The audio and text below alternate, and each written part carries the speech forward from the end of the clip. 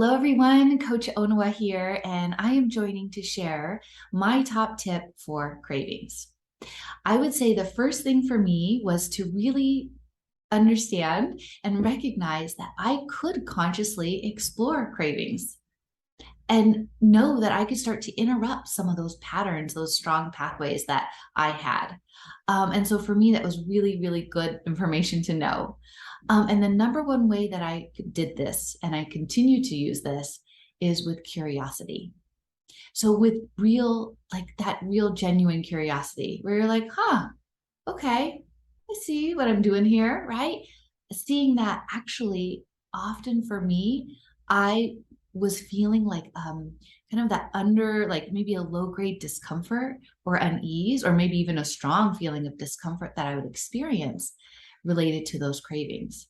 And so for me, almost going into that and getting really mindful, okay, what is this vibe? I'm feeling a vibration in my body. I'm calling it discomfort, right? Well, what is that? Is it in my throat? Is it in my chest? Does it feel like it's in my stomach? Is it hot? Is it big?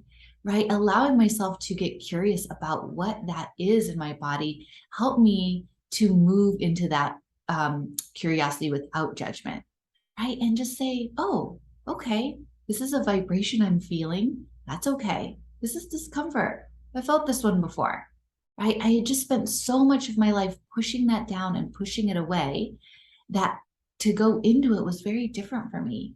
And I found that I could create a little bit of space, welcoming myself that nothing had gone wrong, right? I was feeling this.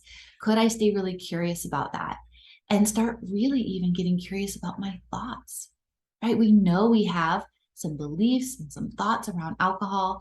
And so allowing myself to feel whatever I was feeling allowed me to gain some access over my thoughts.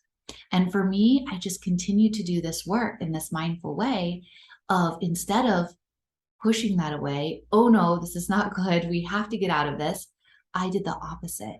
And I went in and I'm like, oh, okay, here we feel it. It's so big, right? It feels like, oh, I don't know what's on the other side of that. And I never explored that for myself. And so this was so different to do the opposite and really go into that craving, right? We see it kind of move up and we watch it and we can stay really mindful that through that, we start to see that it does move down, right? We know we have things going on in our body, right? Our dopamine spikes up, right? I can start getting more awareness around how my brain and my body were working. Actually, my brain's amazing, right? It's working just right, but I'm in a pattern that I don't want anymore.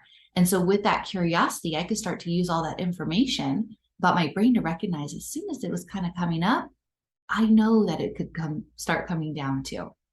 And it was amazing just going through that even the first time, right? Like, oh, this is possible, right?